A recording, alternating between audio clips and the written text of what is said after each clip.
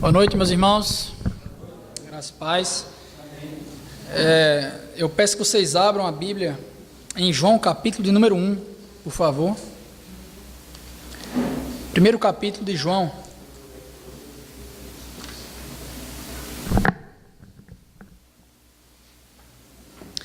João, capítulo de número 1.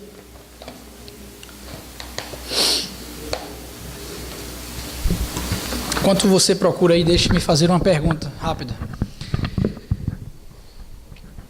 Do que você se lembra, primeiramente, quando se fala no Natal?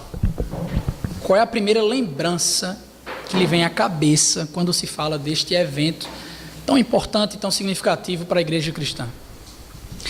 Na década de 90, fizeram uma entrevista, uma pesquisa, na verdade. Uma emissora de TV conhecida aqui no Brasil perguntou a 200 ou 300 crianças qual era o primeiro nome que elas lembravam ao se falar do Natal.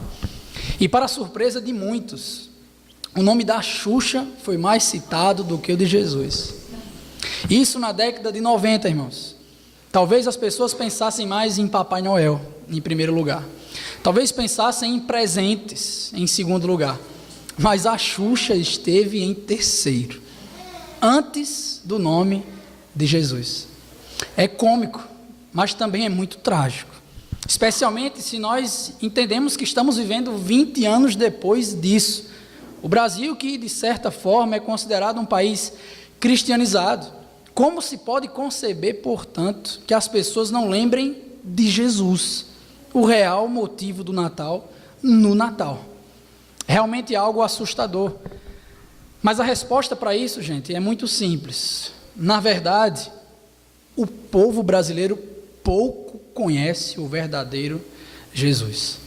Se o conhecesse de verdade, o seu nome seria o primeiro. E é por causa disso que se torna fundamental, essencial, pregar hoje, num culto de Natal, uma ocasião especial, sobre esse Jesus verdadeiro, esse Cristo verdadeiro que é desconhecido pelo povo brasileiro, especialmente no nosso contexto em Mamanguape. Precisamos conhecer o real sentido do Natal, e nada melhor do que estudando sobre o Senhor Jesus. Geralmente, quando as pessoas, ou quando os pregadores escolhem textos para se pregar no Natal, se escolhe ali o texto de Mateus, o texto de Lucas, que contam o nascimento de Jesus, a sua infância, o seu desenvolvimento. Mas como eu sou um pouco teimoso, eu escolhi João, capítulo de número 1, do verso 1 ao 18, o qual vai nos dar uma visão mais elevada ainda desse Jesus. De tal forma que eu creio que, pela graça de Deus, você vai sair daqui impressionado com o real sentido do Natal. Vamos ao texto. Texto esse que nós cantamos há pouco tempo. João capítulo 1, verso 1 nos diz o seguinte: no princípio era aquele que é a palavra. Ele estava com Deus e era Deus. Ele estava com Deus no princípio. Todas as coisas foram feitas por intermédio dele, sem ele nada do que existe teria sido feito. Nele estava a vida, e esta era a luz dos homens. Verso 5, a luz brilha nas trevas, e as trevas não a derrotaram. Verso 6, surgiu um homem enviado por Deus, chamado João. Ele veio como testemunha, para testificar acerca da luz, a fim de que por meio dele todos os homens crescem. Ele próprio não era luz, mas veio como testemunha da luz. Estava chegando ao mundo a verdadeira luz que ilumina todos os homens. Aquele que é a palavra estava no mundo, e o mundo foi feito por intermédio dele, mas o mundo não o reconheceu. Veio para o que era seu, mas os seus não o receberam. Contudo, verso 12, aos que o receberam, aos que creram em seu nome, deu-lhes o direito de se tornarem filhos de Deus, os quais não nasceram por descendência natural, nem pela vontade da carne, e nem pela vontade de algum homem, mas nasceram de Deus. Aquele que a palavra tornou-se carne e viveu entre nós. Vimos a sua glória, glória como do unigênito vindo do Pai, cheio de graça e de verdade. João dá testemunho dele. Ele exclama: este é aquele de quem eu falei. Aquele que vem depois de mim é superior a mim, porque já existia antes de mim. todos recebemos da sua plenitude graça sobre graça. Pois a lei foi dada por intermédio de Moisés. A graça e a verdade vieram por intermédio de Jesus Cristo. Por fim, ninguém jamais viu a Deus, mas o Deus unigênito, que está junto do Pai, o tornou conhecido. Senhor, nós te louvamos, porque Tu és a razão de estarmos aqui, Senhor.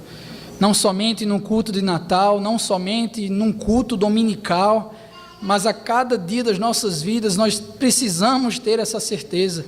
O Senhor é a razão da nossa existência. E nesse espírito, Senhor, de dependência do Senhor, nós te pedimos socorro, te pedimos que o Senhor nos auxilie nesta noite. Apesar da minha incapacidade de pregar, apesar da incapacidade dos irmãos de escutar, apesar dos nossos pecados, Senhor, faz um milagre no nosso meio. Ajuda-nos, assiste-nos com Teu Santo Espírito na pregação da Tua palavra. Essa é a nossa oração, Senhor, dependendo totalmente do Teu Espírito, para a glória de Jesus e em Seu nome. Amém. Meus irmãos, o Evangelho de João é uma preciosa obra de arte. Não são muitos que atestam que aqui se encontra o Evangelho mais intelectualizado, com conhecimento mais profundo e também acessível para as pessoas. É uma preciosa obra de arte, um grande e profundo tratado histórico-teológico da pessoa e da obra do Senhor Jesus Cristo. Apesar do seu autor, João, ter sido um pescador. Isso é tratado em Marcos, capítulo de número 1. Também Atos, capítulo de número 4, nos mostra que João não tinha tanta instrução assim, como Paulo o tinha, como Lucas, o médico, também o tinha. Não. João era um pescador que foi alcançado pela graça de Deus e a partir de então foi lapidado pelo Senhor, com esse conhecimento precioso chamado Evangelho. Ele repassa isso para nós, de maneira que o propósito é exposto no capítulo de número 20, verso 31, onde se diz que tudo foi registrado para que os leitores crescem que Jesus é o Cristo, o Filho de Deus, a fim de que isso produzisse vida nos leitores originais.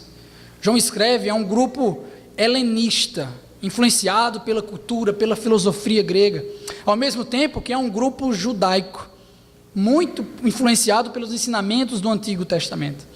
E dessa forma, várias coisas se distinguem aqui no seu livro, mostrando a sua própria intenção, como por exemplo, as expressões glória e fé, que são substanciais tanto para um grego quanto para um judeu, de tal forma que tudo isso mostra que através da glória de Cristo apresentada no texto, a fé deve ser a resposta adequada dos seus ouvintes. João quer que as pessoas creiam em Jesus, porque Ele é o único caminho para Deus. Somente Ele nos leva de volta para o Pai. E este evangelho é bem diferente dos demais. Aqui na igreja estamos estudando o Evangelho segundo Marcos, o primeiro a ser escrito, que curiosamente começa com o ministério de João Batista, não de Jesus. Já o segundo evangelho a ser escrito, Mateus, ele começa mais atrás ainda, retrocedendo, falando sobre o nascimento de João Batista. Mas Lucas, o terceiro evangelho a ser escrito, volta mais ainda no tempo e fala do nascimento de Jesus. E por fim, na verdade, Mateus fala do nascimento de Jesus e Lucas do nascimento de João Batista. E por fim, em João, o último evangelho a ser escrito, nós vemos que ele, se nós podemos utilizar essa expressão, retrocede mais ainda, fora do tempo, fora do espaço. João diz, como fala no primeiro versículo, que desde o princípio, Cristo já existia. Ele é diferente dos outros evangelhos. Ao invés de centrar em muito movimento como Marcos, Jesus indo de um canto para outro, João se foca em acontecimentos específicos, mais demorados, com menos movimentação. Ao invés de focar na Galileia, a província ao norte ali da Palestina, onde Jesus curou muitas pessoas em Cafarnaum, Por exemplo, João se concentra na Judeia, onde está Jerusalém, o foco do ministério de Jesus, a saber da sua cruz, onde ele morreria pelos nossos pecados. Ao invés de enfatizar sobre o reino de Deus, como os outros evangelhos o fazem, João se preocupa em enfatizar a pessoa de Jesus. E por fim, ao invés de enfatizar nas narrativas, nas histórias contadas acerca do Senhor, João se concentra nos discursos, nas pregações que são proferidas nesse texto. João é peculiar, irmãos. E o que temos nesse texto que nós acabamos de ler, irmãos, é o prólogo, é a introdução, o início deste evangelho, onde de maneira muito simples já percebemos duas palavras sendo muito repetidas e suas respectivas referências como pronomes. A expressão palavra ou verbo, em algumas outras traduções, e a expressão luz. E concluindo que todas essas expressões se referem a Cristo, são mais de 20 em 18 versículos lidos. Está claro que o grande assunto de João, desde o começo aqui, é o Senhor Jesus Cristo. Ele quer mostrar de maneira clara quem Ele é. E aqui, como um judeu, um bom judeu, que estudou posteriormente, João, ele escreve esse livro, especialmente estes 18 versículos, numa estrutura chamada de quiasma, muito comum para os judeus. O que é um quiasma? O quiasma é um modo de se escrever umas palavras, um texto, de tal forma que um V é caracterizado por ele. Por exemplo, você pega os primeiros versículos do texto sendo correspondentes aos últimos versículos, significando a mesma coisa. Você pega os versículos posteriores ao início, sendo correspondentes aos anteriores do fim, correspondendo à mesma coisa. E por fim, eles também têm um ponto em comum, central. Colocando em prática isso, gente, observando o texto, se você observar os versículos 1 a 5, eles correspondem aos versos 16 ao 18, que falam sobre a divindade de Jesus, Deus e a criação.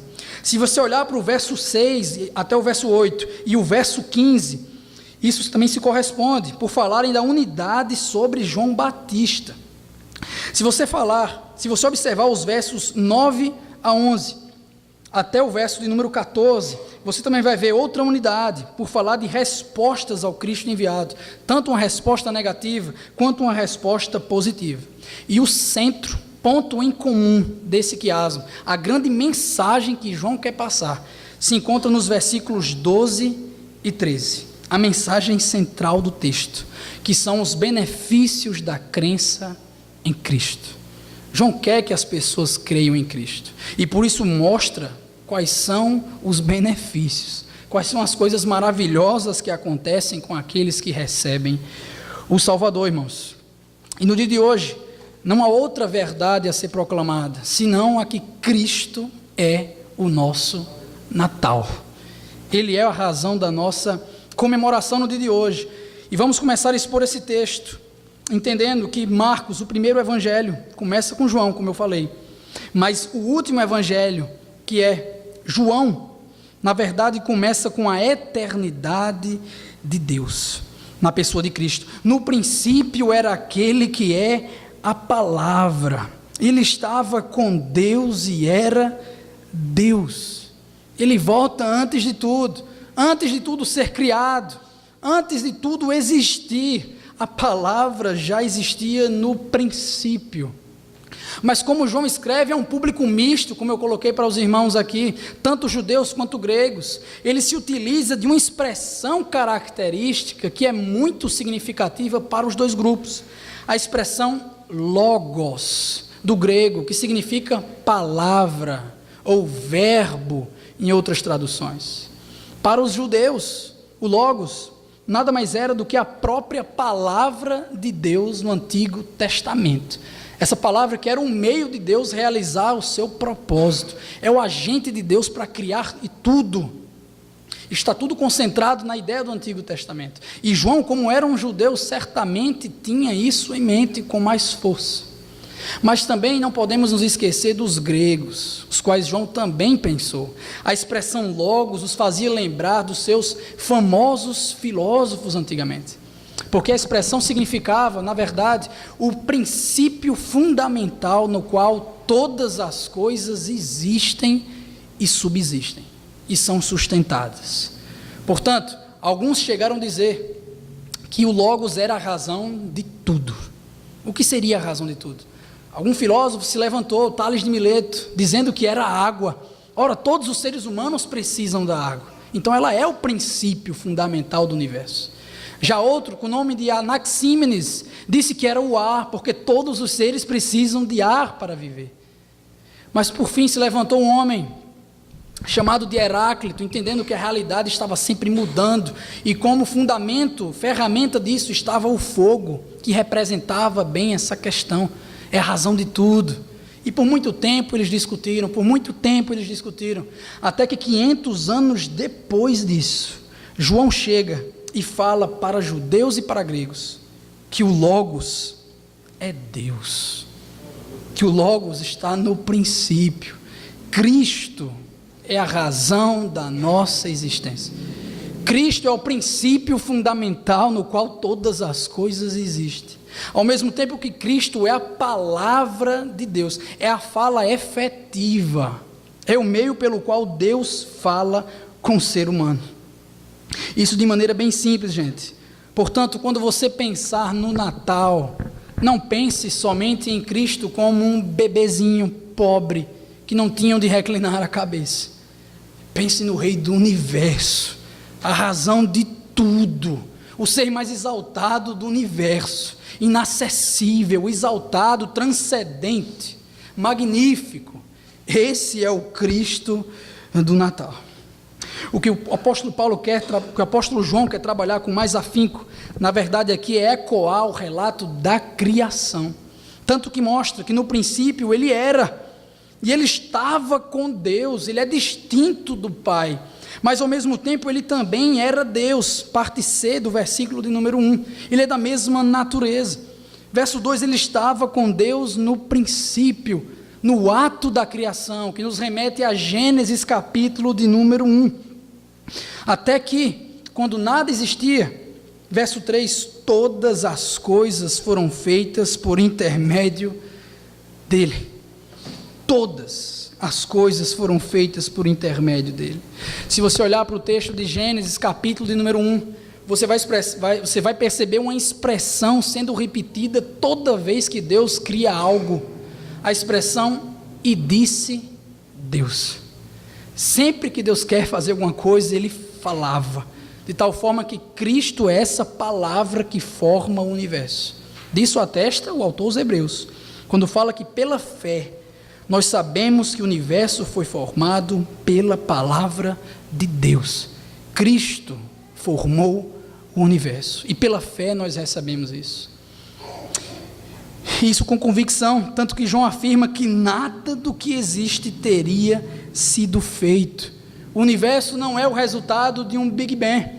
O universo não é um resultado do acaso, da sorte, não. Há um plano inteligente por trás disso, uma mente inteligente por trás da criação, e este é Cristo, o qual, segundo o versículo 4, tinha a vida em si mesmo, nele estava a vida, e esta era a luz dos homens. Cristo era a luz dos homens. Embora poderosos, a luz, ela não é nada referente ao mundo, à carne ou ao diabo. Você não é o ser mais iluminado do mundo. O diabo, se foi iluminado, não é mais. Este mundo, se já era perfeito, não é mais.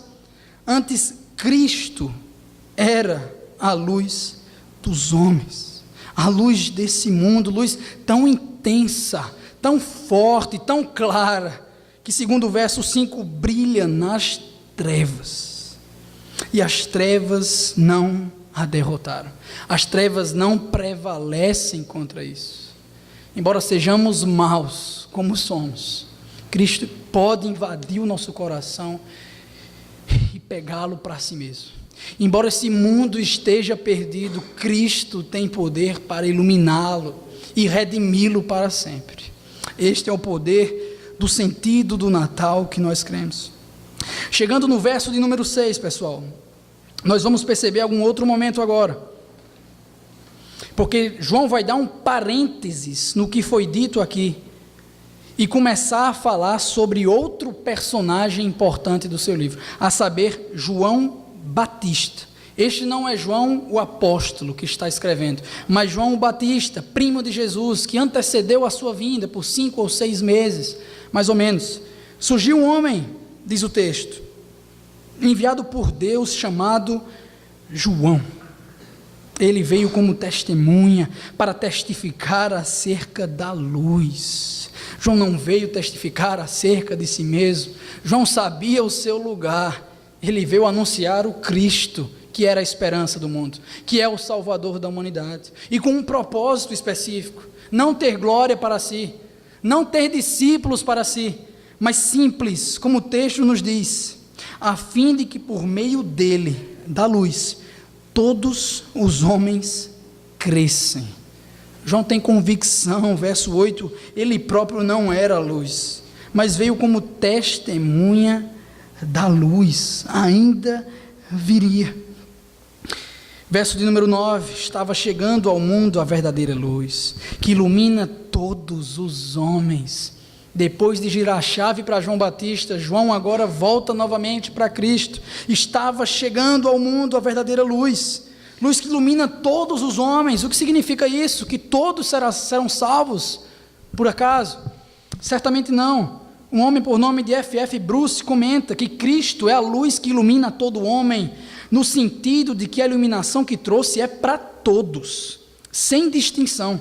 Mas se pessoas permanecem nas trevas, não é por falta de iluminação, mas porque deliberadamente preferem as trevas. Dessa forma, João para um pouco o seu raciocínio, nos faz olhar para o relato de Gênesis, nos mostra esse verbo eterno que estava chegando no mundo, de tal forma que é inconfundível o eco que ele faz com Gênesis capítulo de número 1. Eu geralmente não peço para a gente ler outros textos enquanto eu prego mas hoje eu vou pedir que você abra em Gênesis capítulo 1, verso 1 ao 5, para você perceber como é semelhante o relato que Moisés fala, parecido de João também, com esse de João. O texto diz que no princípio Deus criou os céus e a terra. Era a terra sem forma e vazia, trevas cobriam a face do abismo, e o Espírito de Deus se movia sobre a face das águas. Disse Deus: haja luz, e houve luz. Deus viu que a luz era boa e separou a luz das trevas. Deus chamou a luz dia, e as trevas chamou noite. Passaram-se tarde e amanhã. Este foi o primeiro dia. Os mesmos elementos que foram usados por João foram utilizados por Moisés. Lá estava a criação, lá estava a palavra, lá estava a luz, lá estava as trevas, de tal forma que nós compreendemos que João quer traçar um novo momento da história. Como Ben Gleadson falou, dividir a história em duas. Se para criar o mundo Deus disse haja luz, para recriar esse mundo por meio de Cristo, Deus disse haja cruz. Eu estou recriando o mundo por meio do meu Filho. Isso de maneira muito clara para nós, pois depois de João falar um pouco da exaltação de Cristo, da sua divindade, da sua transcendência, agora ele fala da humanidade de Cristo. Agora ele vai falar um pouco mais sobre a sua humilhação, a sua rejeição, o seu tempo na terra, ele se importando com os seres humanos. E aí a gente lê, no versículo de número 10, que aquele que a palavra estava no mundo, e o mundo foi feito por intermédio dele, mas o mundo não o reconheceu. Ele veio para o que era seu, mas os seus não o receberam.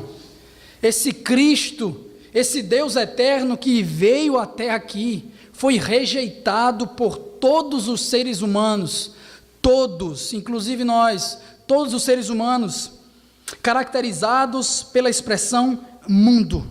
Verso 10, o mundo não o reconheceu, mas também de maneira particular ele foi rejeitado pelo seu próprio povo. os judeus, escolhidos por Deus para serem, curiosamente, luz para outras nações. Isso caracterizado, o versículo de número 11, pela expressão, pelo pronome seus. Os seus não o receberam. Esta é a resposta negativa que deram ao Deus encarnado, ao Verbo que veio até nós.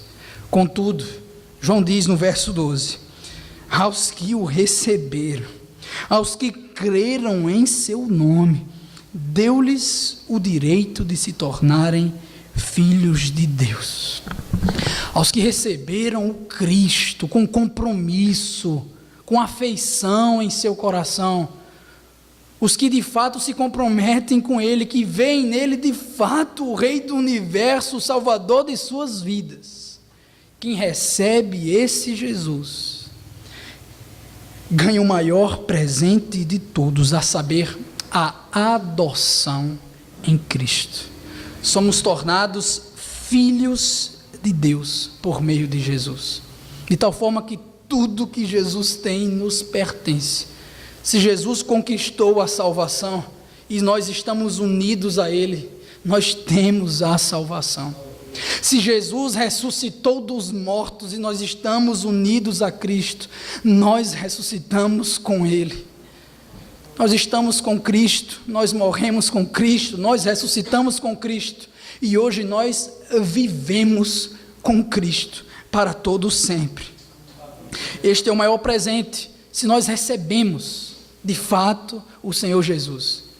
Mas engana-se aquele que pensa que podemos receber pela nossa própria força, pela nossa própria vontade, pela nossa escolha. Não funciona desse jeito. O verso de número 13 nos diz, os quais esses filhos não nasceram por descendência natural, não aceitaram Jesus, não receberam Jesus porque são filhos de alguém, porque são pais de alguém, porque têm nomes, muito menos aceitaram Jesus pela vontade da carne, por sua própria vontade. Vocês não desejavam Jesus, e nem pela vontade de outra pessoa, porque alguém lhe induziu a isso. Não, quem recebe Jesus verdadeiramente, é porque anteriormente, termina o verso de número 13, nasceu de Deus. Literalmente o texto grego nos diz, que essa pessoa é nascida de Deus, ela não nasce por si própria, ela é nascida, uma voz passiva, você recebe a ação, você não tem como nascer de novo. Por isso perguntou Nicodemos a Jesus, no capítulo 3 aqui de João, como fazer para nascer de novo? O que é que ele iria fazer? Ia voltar de novo para o ventre da sua mãe? Ninguém pode ver o reino dos céus, se não nascer de Deus, não nascer do alto. Portanto, o novo nascimento precede a conversão, a regeneração precede o recebimento. Você é como se estivesse sem óculos, enxergando embaçado, sem conseguir discernir quem é de fato Jesus. Mas com o novo nascimento, você recebe capacidade de Deus para poder crer. Não é à toa que Paulo fala aos Efésios, no capítulo 2, que a fé é um dom de Deus. Não é acerca do que você pode fazer. O Natal é acerca do que Cristo fez por você. Não é acerca do que você pode merecer, o que você pode fazer para ganhar presentes no Natal. O Natal é sobre Cristo, que deu a sua própria vida como presente para você, para que você tivesse vida e vida eterna em abundância. Verso de número 14, uma declaração apaixonada é dita por João apóstolo. Ele que era um judeu convertido ao cristianismo. João fala, aquele que é a palavra tornou-se carne e viveu entre nós. Aquele que era o verbo, este que estava na eternidade, na criação, que criou todas as coisas, que é inacessível, que é transcendente demais, exaltado, que não se mistura com coisa ruim como os seres humanos. Aquele que é a palavra tornou-se carne, virou homem, como servo, e literalmente o texto nos diz que ele tabernaculou entre nós, aqui traduzido como viveu. Essa expressão tabernaculou é muito comum para João, que estudava o Antigo Testamento. Ora, quando o povo de Deus saiu do Egito, na época de Moisés, foi para o deserto, e lá no deserto Deus acampou com o seu povo, por meio de tabernáculo, de tal forma que o tabernáculo simbolizava a própria presença de Deus.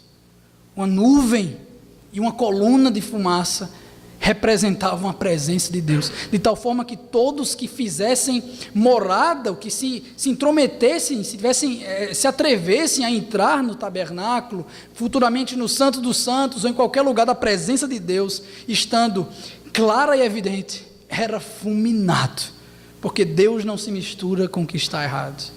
Mas aqui João diz que esse verbo se fez carne, a presença de Deus esteve conosco, nós não fomos fulminados, Ele teve misericórdia de nós, Ele viveu, a gente viu os seus milagres, nós vimos as suas pregações, nós vimos a sua identidade, de fato sabemos que Ele é o Cristo, o Filho do Deus vivo, como bem exclamou Pedro. E é por isso que João, convicto, diz uma das expressões mais lindas de toda a Bíblia: nós vimos a sua glória, nós vimos a sua glória, não somente eu, João, mas todos aqueles que receberam Jesus como Salvador.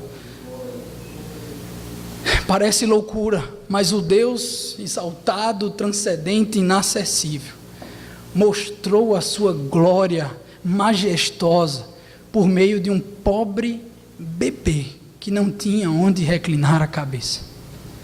Mas não pense você que a história termina por aí. Se você pensa que simplesmente o Natal significa o nascimento de Jesus, você está tão perdido quanto um pagão que acredita que Papai Noel é o sentido do Natal. Não, Cristo nasceu, mas com uma finalidade. Ele não nasceu por nascer. Não é um menininho bonito que é pobre e se identificou com os pobres somente. Ele nasceu para morrer. Cristo nasceu para que você tivesse vida. A morte dele significa a sua vida. Então, ao lembrar do Natal, lembre-se do Cordeiro de Deus, que deu a sua vida por resgate de muitos dos que estão aqui, inclusive. Este é o real sentido do Natal. Depois, versículo 14, parte B, essa glória é identificada como do unigênito, o Filho amado, único, característico de Deus, que veio dele, o qual é cheio de graça e verdade. Não um pouco, mas é abundante de graça e verdade. Uma linguagem que nos faz voltar ao Antigo Testamento novamente, especialmente o livro de Êxodo, que nos mostra as expressões bondade e fidelidade que tinha o servo de Deus. Então a gente compreende de maneira clara que esse Jesus, ele é tanto bom, fiel, gracioso, verdadeiro, como João vai atestar. Isso se caracteriza na sua obra, no que ele fez por nós em toda a sua caminhada em direção ao Calvário, principalmente. Ele é o real sentido do Natal. Novamente, verso 15, como mostra o quiasma, João Batista retorna, ele dá testemunho de Cristo, exclamando de uma maneira bem clara: este é aquele de quem eu falei, é aquele sobre o qual eu tenho pregado o tempo inteiro, tenho anunciado. Ele é aquele que vem depois de mim, este é superior, maravilhoso, meu Salvador pessoal, o qual já existia antes de mim. Muitos seguiam João Batista naquele momento, vários judeus mostravam que ele era de fato identificado com o povo. Não é à toa que muitos judeus entendiam que João era um verdadeiro profeta. E João aproveita essa deixa para colocar o testemunho deste homem, já que está escrevendo para os judeus. Não olhem para mim, olhem para Cristo. Eu não tenho como salvá-los, Cristo sim o pode. Por fim, verso de número 16 ao 18, nós vemos a resposta positiva que é dada ao Senhor. Se antes nós vimos a resposta negativa, agora nós vamos ver a resposta positiva. Todos recebemos da sua plenitude, graça sobre graça. Todos os que creram no Senhor têm todas as suas necessidades espirituais supridas. É graça atrás de graça, é graça que não se acaba, é graça para você que peca hoje e se sente distante de Deus, é graça para você que amanhã irá cometer um delito e se sentirá longe de Deus. Todos que creem no Senhor Jesus não são somente salvos por essa graça, mas permanecem na fé por essa graça. É graça sobre graça. Pois a lei foi dada por intermédio de Moisés. Lembre-se que João está escrevendo aos judeus, no qual a lei de Moisés era muito importante, o ápice da revelação de Deus. E não é que a lei não tivesse graça, mas João mostra de maneira clara que no Evangelho ela é mais clara, a graça do Senhor Jesus. A graça e a verdade vieram por intermédio de Jesus Cristo. Todos esses textos, essas referências a judeus, ao Antigo Testamento, são colocadas por João, a fim de que ele situe Jesus como a mais alta e final e suficiente revelação de Deus para nós. Sim, Deus pode ser conhecido pela natureza.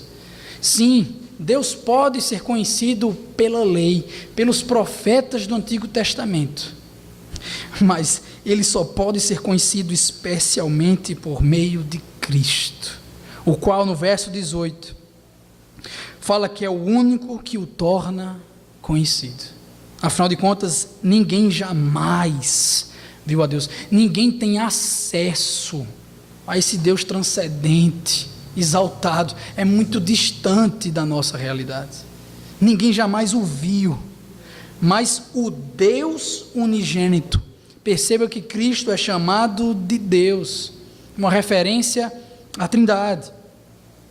O Deus unigênito, que está junto do Pai, o tornou conhecido.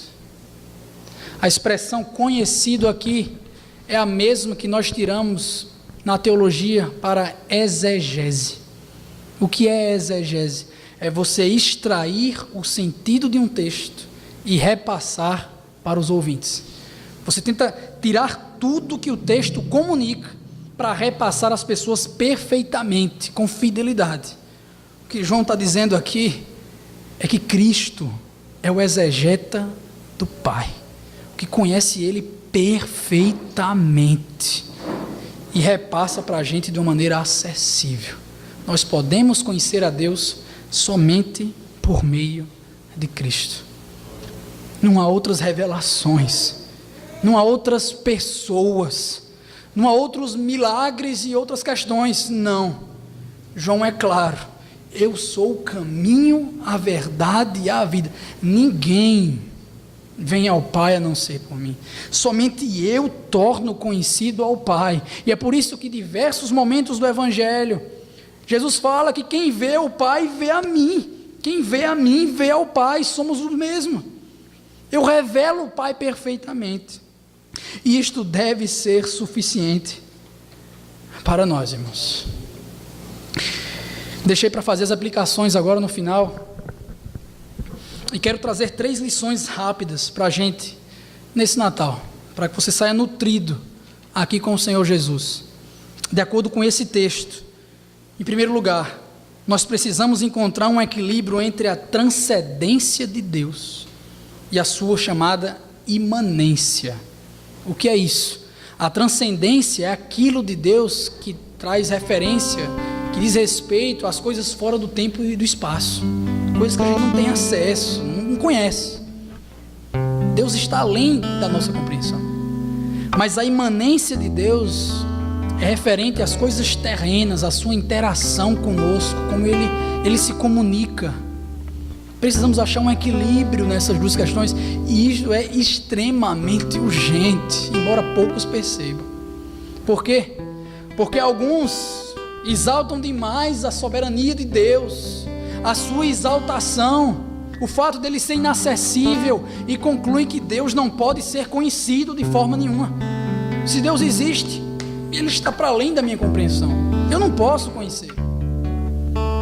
Por outro lado, alguns destacam a imanência de maneira exacerbada, limitando Cristo a um mero homem, um exemplo ético de como se viver. Mas o Cristo da Bíblia, irmãos, é este Deus exaltado, que apesar da sua glória, se preocupa conosco, interage conosco. Aquele que a palavra viveu entre nós, tornou-se carne, porque Ele é 100% Deus e 100% homem, de tal forma que se identifica perfeitamente com Deus e se identifica totalmente com o homem. Cristo Jesus, homem, é o único caminho para Deus, o qual se identifica com o Senhor e não é estranho às nossas fraquezas. O Cristo do Natal não espera que você seja bonzinho para ganhar um presente de fim de ano. O Cristo te dá graça, presente gratuito. Ele conhece as suas dificuldades, Ele conhece as suas limitações. O Cristo sabe que pela força do seu braço você não vai conhecer a Deus, que pelas suas obras você está condenado ao inferno. Mas Ele é o exegeta do Pai, que revela para a gente o caminho da eternidade, o caminho da luz. Ele se importa conosco, gente. E precisamos deixar Deus ser soberano em nossos dias também. Talvez hoje, em nosso tempo, as pessoas falam mais de Deus como um ser imanente do que transcendente. E nós precisamos reequilibrar essa balança, porque o texto é claro que Ele é soberano. É Ele quem escolhe, é Ele quem regenera, é Ele quem salva, é Ele quem escolhe, quem predestina, é Cristo, é Deus. Já disse certa vez R.C. Sproul que se Deus não é soberano, Deus não é Deus.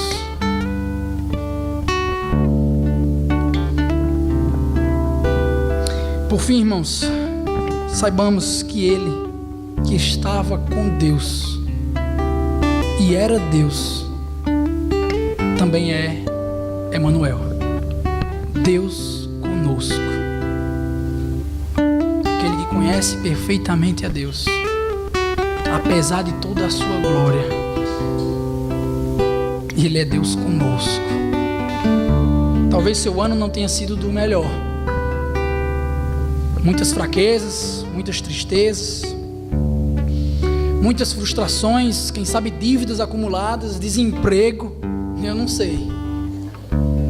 Eu sei que presente melhor de Natal você não tem, a não ser esse aqui. Não é uma promoção do emprego, não é uma casa nova, não é uma viagem à Europa. O presente é Cristo, o Logos de Deus, que é rico em misericórdia, graça, sabedoria e justiça, o qual supre todas as nossas necessidades. Foi com Ele que andamos em 2017, e é com Ele, por causa dEle, para a glória dEle, que nós andaremos em 2018. Eu concluo essa mensagem lhe convidando a olhar para o versículo 29 deste mesmo capítulo, o qual João Batista testemunhou ao ver Jesus se aproximando. Disse o seguinte: vejam, é o Cordeiro de Deus que tira o pecado do mundo. Feche os seus olhos por um momento. Se imagine nessa mesma cena, não mais na primeira vinda de Cristo, mas na sua volta, quando em glória Ele aparecerá, e lá você poderá de fato observar, exclamando: veja, é o Cordeiro de Deus que tira o meu pecado, que me leva diretamente